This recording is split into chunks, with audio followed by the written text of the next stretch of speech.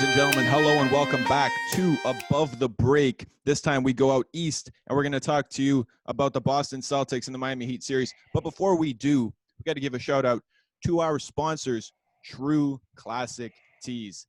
Guys, if you like to look good, feel good, help people, and save money, come on, who doesn't want all those things? You go to trueclassictees.com/contentcube. The link is under our description. Use promo code COCUBE15. It's been changed. COCUBE15 will save you 15% off at checkout. Use that. It's going to help support the show, and you're going to look great. All right, guys, let's talk about some ball. The Miami Heat are currently leading this series 2-1. Mike, I asked you, if the Celtics go down, do they have the resiliency to come back up? Because the Heat have this mindset of, they're like sharks, right? When they smell blood, it's over. Jason Tatum went off in game 3. If he has another big performance like that, he can single-handedly bring this team back to life and try to level up the series tonight at 2-2. What do you think of this series so far? Interesting series, honestly. I think the main reason that Miami didn't take that last W was strictly Jay Crowder and Gordon Dragic combining for, I think it was like 4 of 24 or something from the field. And you're not going to win many games when your two guys who are high-volume shooters need to hit shots, right? We saw what Dragic did in the first game. In the second game, I think it was 27, then 29 points respectively. You can't – when you come in and have that lesser of a performance, it's going to be an issue. I mean, Boston's deep. Boston's got bodies. They're going to score buckets. They don't discriminate on who gets shots or how many or what have you. They bounced back after that locker room incident with Marcus Smart and Jaylen Brown after Game 2 was done. They bounced back and they won Game 3. That's part of it. But they go down 3-1. Are they Denver? I don't know. I'm not expecting them to go and if they lose tonight, to go and beat Boston. Beat Miami 3 times out of the next 4. I don't know. I just don't see that happening. I like Miami in this. I like Miami in 6, to be honest. That's just where I'm at. But again, if this is a 2-2 series by the end of tonight, this is anybody's series. So it's been entertaining. It's been fun watching Jimmy Butler do his thing, his will to win, his desire. Honestly, this Miami team does remind me a little bit of Toronto, where they shoot a little bit better threes and they're a little bit taller. That would be what I'd say is the main difference. They're that level of resiliency. You got Goran Dragic, who plays that like Van Vliet role where you completely forget, then you look at the box score, this guy dropped 30 on you. You got Jimmy Butler, who's like a taller version of Kyle Lowry, doing all the gritty plays you need.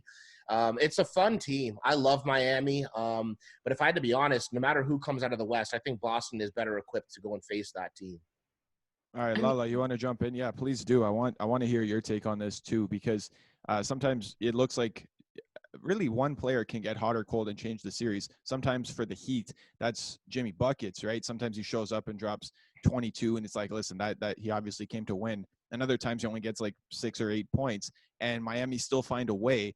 How important is he to this team, not only in terms of on the score line, but in terms of motivating the squad to go out and close the series? Jimmy Butler is this team. And I think when he's not producing, it's clear they can't really close out. They can't really finish. And, his mentality became the team's mentality, which we love, and he doesn't really hide back. And this Miami Heat team finally embraced Jimmy Butler for who he is, which we haven't seen with the Timberwolves or Indiana or the Sixers. And that's why they're so successful. Everyone's hungry and everyone's ready. But like you said, both of these teams in Boston and Miami, they haven't really been playing consistently. For the Celtics, a team that's ranked 9th in the league with an offensive efficiency, it's like they don't really look that efficient. And, if Tatum's not producing or Butler's not producing, it could really go either way. And, they're always switching it up. Like Miami, so good defensively. They can play the zone, they can play man, but Boston is such a greatly coached team. Like, Brad Stevens, like he's killing it and we don't know what can happen tonight.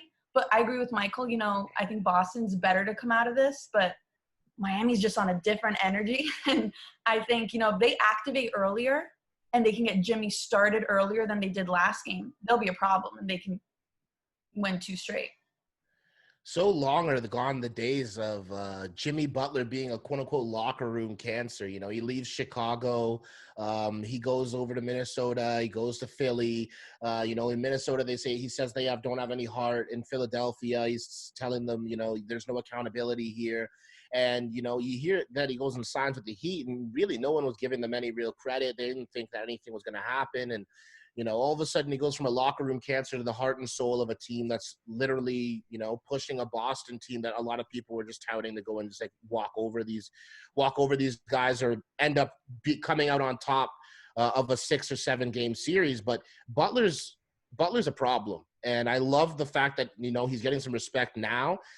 And he's a guy who never wanted to settle for anything less than greatness from his coaches, from his his teammates and his coworkers, his training staff, all the way on down. He doesn't settle. He's not one of those guys. And I absolutely love that, honestly. All right. Now, one name that comes to mind right now, and I don't know if we'll wrap on this, but I do want to touch on him, is Gordon Hayward, who's finally come back into the series. Is it a coincidence that his first game back, he didn't have a stellar performance, right? I think it was like 5-5-5. Right, he didn't drop massive points or get major boards or major assists, but his involvement brought maybe a good depth piece to Boston and gave them enough to edge it over the Heat. Do you think that his integration into this team, now that he's back and fit, will enable Boston to come out and really take charge of the rest of the series?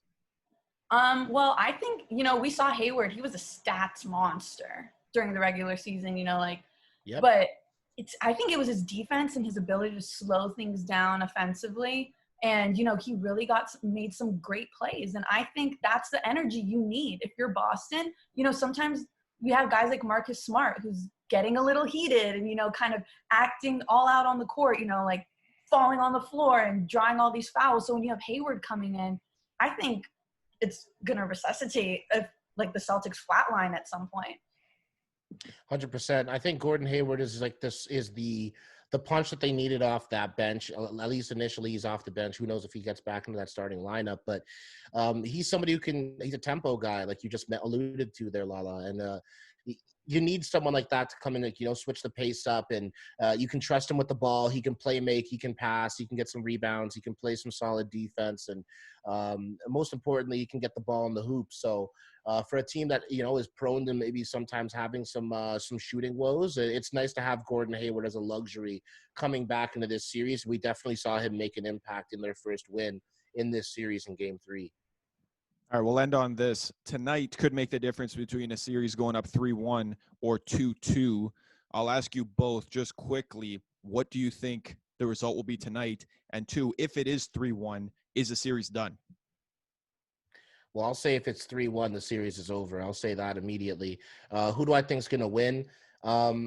My heart says the Heat, but I'm going to go with the Celtics tonight. I think the Celtics are going to even this series out, and it's going to turn into a little mini 3-game series. Lala, what are your thoughts? I think just because, you know, the Celtics felt like these few days off were a blessing, they're going to come with new legs, new energy. I think they're going to push it really close, but if Butler's on a mission today, I say Miami is going to take the next 2. So I think it really depends on the way the game starts, but I'm going to say Miami takes tonight. Love it. All right, that's going to do it for us over here at Above the Break. I'm Nate Santos. That's Michael J. Mayers. Lala, thank you again for joining us on the show today. It was so wonderful to have you and have your insights. Thank you again for showing up and for delivering all this to us. As for everyone else, we'll see you guys next time on Above the Break.